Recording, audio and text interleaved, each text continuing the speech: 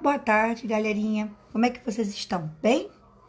Bom, hoje nós vamos a mais uma correção da atividade que foi passada para vocês, da página 50, 51, 52 e 53 daquele caderno pedagógico, certo?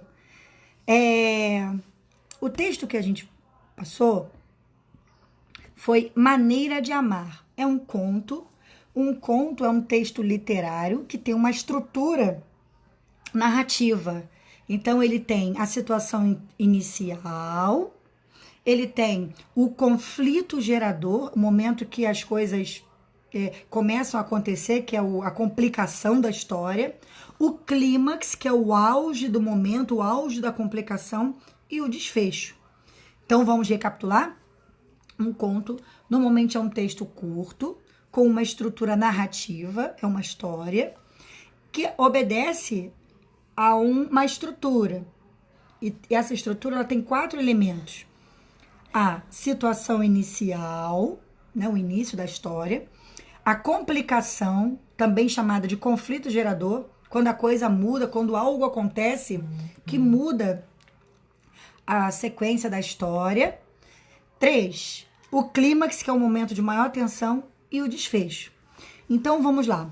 O nosso texto é um texto muito bonito, do Carlos Drummond de Andrade, que diz assim: o jardineiro conversava com as flores e elas se habituaram ao diálogo. Passava manhãs contando coisas a uma cravina ou escutando o que lhe confiava um gerânio, que são tipos de flores. O girassol não ia muito com a sua cara, ou porque não fosse um homem bonito, ou porque os girassóis são orgulhosos de natureza. Em vão, o jardineiro tentava capturar-lhe as graças, pois o girassol chegava a voltar-se contra a luz, para não ver o rosto que lhe sorria. Era uma situação bastante embaraçosa, que as outras flores não comentavam. Nunca, entretanto, o jardineiro deixou de regar o pé do girassol e de renovar-lhe a terra, na devida ocasião. O dono do jardim achou que seu empregado perdia muito tempo parado diante dos canteiros, aparentemente não fazendo coisa alguma, e mandou-o embora, depois de assinar a carteira de trabalho. Depois que o jardineiro saiu, as flores ficaram tristes e censuravam-se porque não tinham induzido o girassol a mudar de atitude. A mais triste de todas era o girassol, que não se conformava com a ausência daquele homem. Você o tratava mal, agora está arrependido? Não, respondeu. Estou triste porque agora não posso tratá-lo mal. É a minha maneira de amar. Ele sabia disso e gostava. Que bonito, né? Mas é estranho, né? Você mostrar o seu amor tratando mal ao outro. Então, esse texto também, ele fala muito sobre causa e consequência, né? A maneira como a gente trata e a consequência que isso pode gerar. Toda causa tem uma consequência. Então, vamos lá, corrigindo, galerinha. Em qual ambiente se passa a história do conto, em qual época? Num jardim. Num período em que o personagem trabalhava com as flores até ser demitido. Beleza? Então, corrige aí. 2. Quem participa da história? O jardineiro, as flores e o patrão. Beleza? 3. O narrador participa da história ou apenas conta o que aconteceu? Galerinha, o narrador não participa. Ele está contando a história do jardineiro e das flores. Ele apenas conta, não participa. E aí, esse tipo de narrador é narrador observador, narrado em terceira pessoa. Nós já vimos isso e essa é uma boa revisão. Quando o narrador não participa da história e ele apenas conta, ele é narrador observador. Número 4. Fazer um resumo oral, não tem como a gente fazer agora, mas vamos no número 5. Podemos considerar que o momento em que o jardineiro é demitido forma-se o clímax do conto. Podemos considerar que o momento em que o jardineiro é demitido forma-se o clímax do conto, ou seja, o momento de maior tensão. Por quê? Sim, gente, é o momento do clímax. Por quê? Porque é o momento de maior tensão. Quando ele é mandado embora, aí as coisas começam a desandar. As flores ficam revoltadas. Até o girassol, que tratava mal o jardineiro, sofre com a ausência dele. Então, é o momento em que há mudança, né, de rumo. 6. Após o desenvolvimento do clímax, passada a tensão, que sentimentos se percebem entre as flores no desfecho que o narrador dá à história? Qual é o sentimento que fica aí das flores quando ele vai embora? Tristeza.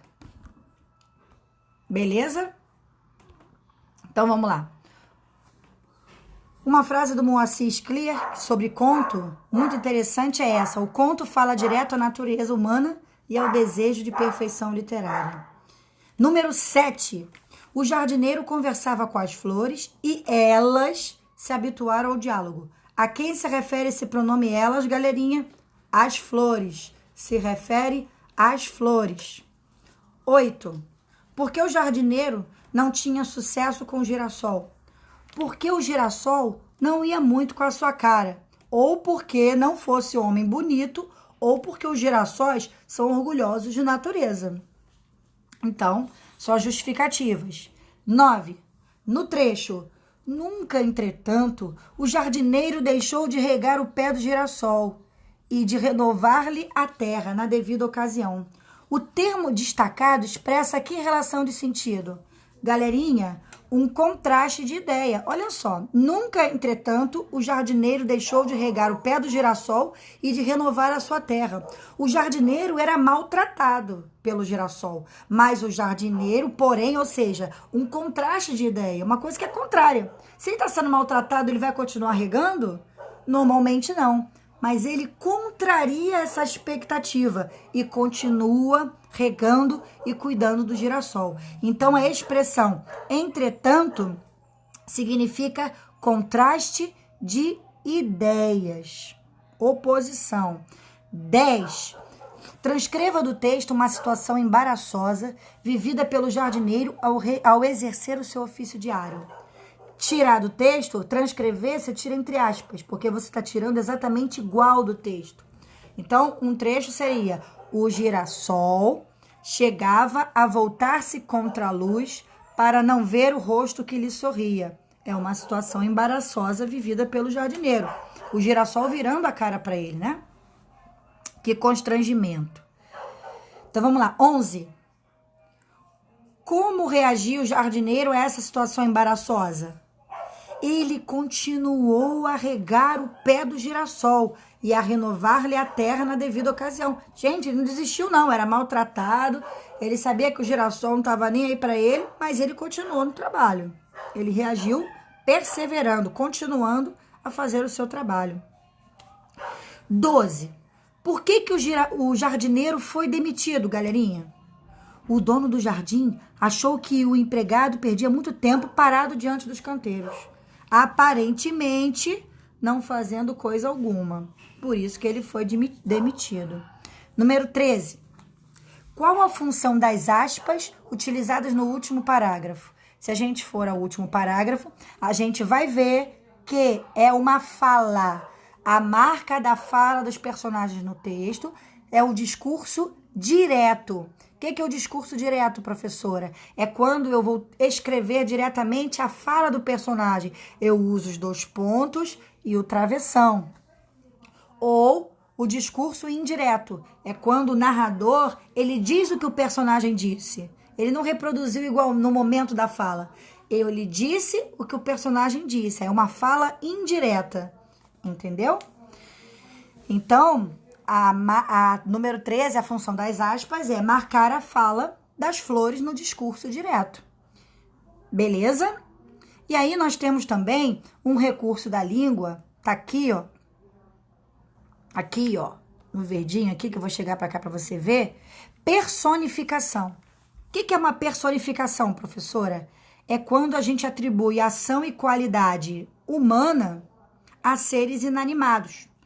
Ou seja, o girassol não ia muito com a sua cara. Não ir com a cara de alguém, desprezar alguém, são atitudes humanas. Quando eu atribuo essas características a um girassol ou a um objeto, o nome desse recurso é personificação. Quando eu digo o mar gemeu, a flor cantou, né? Olha o grito do vento lá fora. Então, isso é uma personificação. Estou atribuindo características humanas a seres que não são humanos. Beleza, galerinha? Vamos ver a página 52. Na 52, era para vocês escreverem esse conto, reescrever esse conto. Vão contar aí um texto, fazer um conto com o mesmo título, Maneira de Amar, obedecendo a sequência narrativa, ou seja, a introdução, o desenvolvimento aí, né, com a complicação e o clímax, e o desfecho.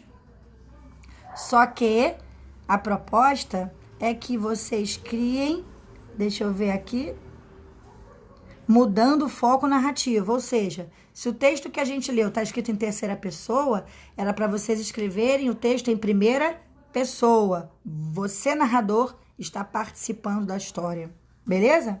Esse é o desafio. Então, se vocês quiserem fazer, não fizeram e ainda querem fazer ou querem me mostrar, é só mandar pro meu zap que eu dou uma olhadinha, tá? Não tem problema. Vamos para a página 53 e última. Aqui tem uma imagem. Aqui no Brasil, nós tivemos e ainda temos muitos pintores famosos. Um deles é o Di Cavalcanti, que é um carioca muito respeitado, muito importante na arte brasileira. Ele nasceu na Rua do Riachuelo, no centro do Rio de Janeiro, onde eu moro. Ele morou na juventude em São Cristóvão e na infância ele recebeu influência do grande Machado de Assis, um escritor também de quem eu gosto muito. Observe essa imagem, galerinha, porque a gente também lê imagem, olha ela aí. E aí a proposta, aqui, leiam a imagem. Observem as pessoas que estão sendo pintadas. Olha a fisionomia delas. Peraí, entrou aqui, ó. Olha a fisionomia delas. Como é que elas estão, onde elas estão. Tá vendo? O nome desse quadro chama-se Família na Praia. E ele foi pintado em 1935. Família na Praia. Aqui a areia, o mar, se você observar bem, né? Olhem a imagem. Vejam o que você sente ao olhar essa imagem. O que essas pessoas que estão sendo retratadas estão mostrando pra gente. O que essa imagem quer nos dizer. Como você interpreta essa imagem. Isso é uma boa reflexão, né? O que essas pessoas estão fazendo? Onde elas estão? É um bom exercício pra gente. O que mais chamou a atenção de vocês? Né? As pessoas estão tristes, estão felizes, estão descansando, né? Estão desgostosas. Por que elas estão na praia de roupa? Né? Então, tudo isso é pra gente refletir. Como poderia ser o nome desse quadro? Se o nome original do quadro é Família na Praia, mas se você fosse dar um outro nome, que nome você daria? Então, escreve aí no seu caderno. Tá bom? Uma curiosidade antes da gente terminar, né? Porque o exercício foi até a página 53. Você sabe qual é a maior praia carioca em extensão? A resposta está aqui embaixo. A maior praia em extensão é a Barra da Tijuca. Como a apostila está homenageando o Rio de Janeiro, então, mais uma curiosidade pra gente. Um grande beijo para vocês e até a próxima.